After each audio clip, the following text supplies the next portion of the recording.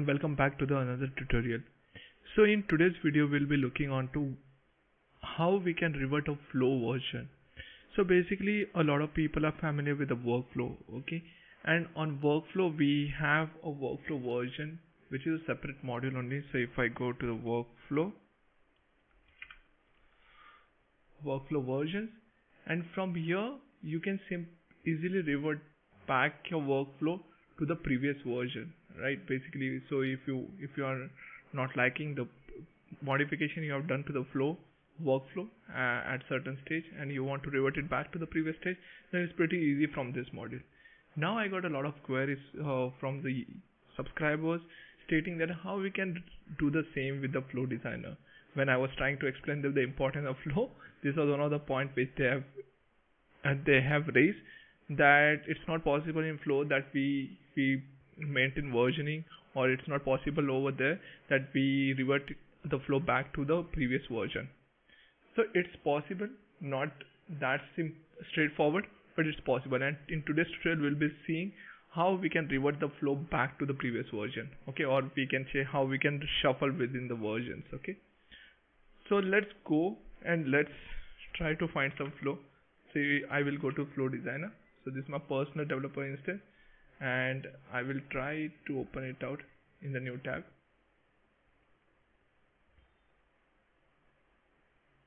So this is a flow designer, and over here we have one flow called create problems, okay. This is just a dummy flow which I have created in the past, okay. Let's see what exactly it does. So I think it's loading. It has a trigger statement, and the trigger statement we can say from here is like problem created where category is software. So whenever the category of problem is software, this particular flow will trigger, okay. And what this particular flow will do, we'll look into the actions. I don't remember exactly what exactly it will do. So till then till the time it loads, let's open the problem also.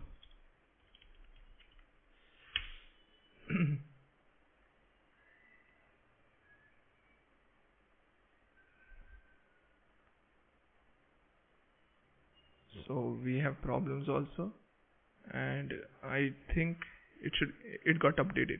So what is the trigger condition? First of all we check, okay. So this is created on what? Ideally it should be on problem table, but the table is not there. Let's check this out, okay. We'll check this out. So it's created on problem. Let's deactivate it out, and okay, it came now. So the trigger point is created on problem table, okay. Whenever a record gets created on problems table with the category is software, what exactly we are doing over here? We are just updating what? I think it's still loading. We are updating the description with this is a test description. Pretty simple, straightforward flow, okay. Now let's give it a try first. So it's already activated. So we will go and create a new problem with the category as software, okay. And let's see if it works. So I will select the category as software, and I will give the problem statement, and this is the dummy record, okay. And if I save this out, so as per the flow it should populate the description also. Let's see. I will simply reload it out, okay, to see if it get reflected, and we can see the description is there. This is a test description. Perfect, okay. Now if I change this out in the flow, so if I simply go over here, I deactivate the flow, deactivate, and then what we'll be doing, this is description, test description, right? So we'll change it out and we will do it like this is what? This is just a fun activity, something stupid which you want to revert, okay, after some time. So done. I will save and I will activate it again. Activate, don't show me over this. And if so it's activated now, and if I go and create problem now, so how I will do, I'll just remove this URL. It will go to problem.do, And if I again select the category as software and problem statement as this is the mail record, okay, and if I save this out, so ideally now we should be able to see the new description which we have given over there. Okay,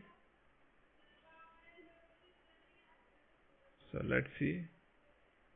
I will reload the form.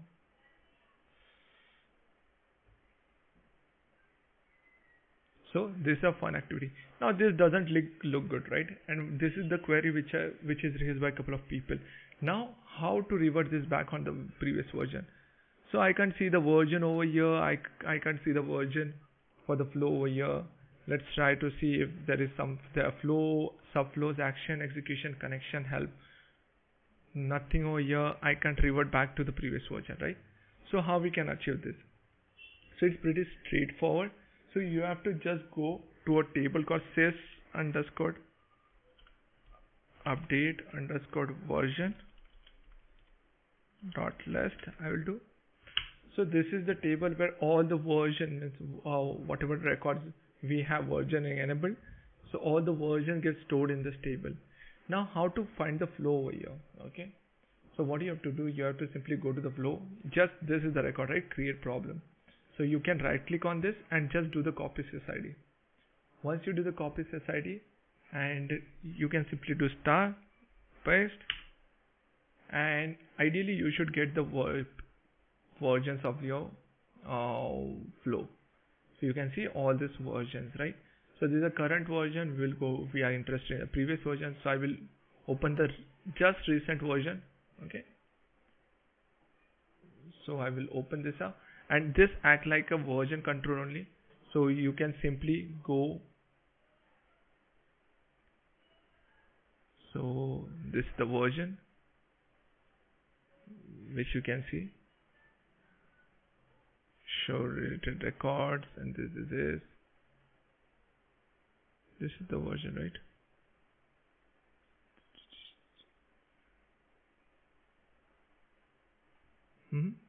And here you can simply, where is that?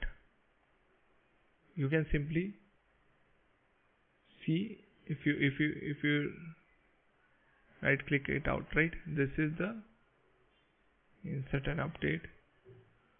And you can compare it to the current version from here. So if I click on this, so it will not authorized to update this record. Fine. We are not updating any record out.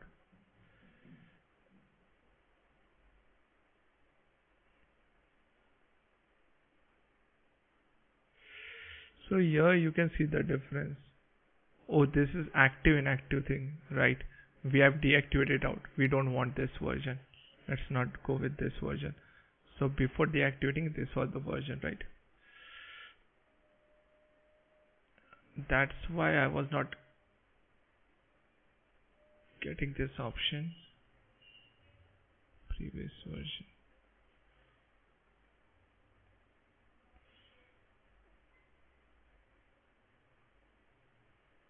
If I go configure, ideally there should be a UI action, revert to this version, right?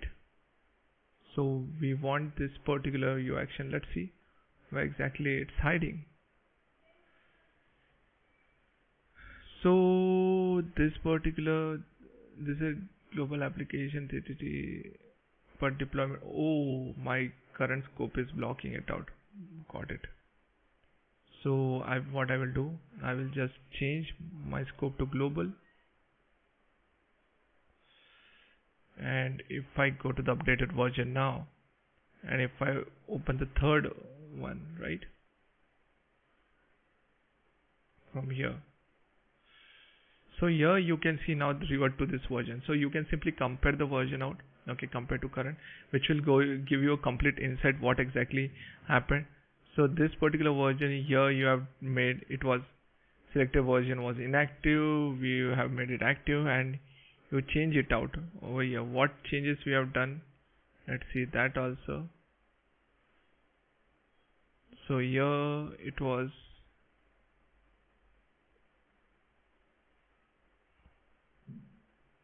attributes something, do not.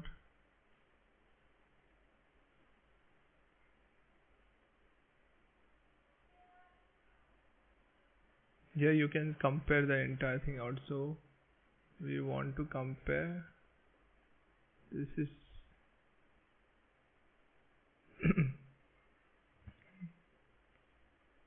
Control F. This is quite tricky. This is not the record which we are looking for. No, ideally it should be there. So from here, once you get the record, so you have to just find the relevant record which is relevant to you.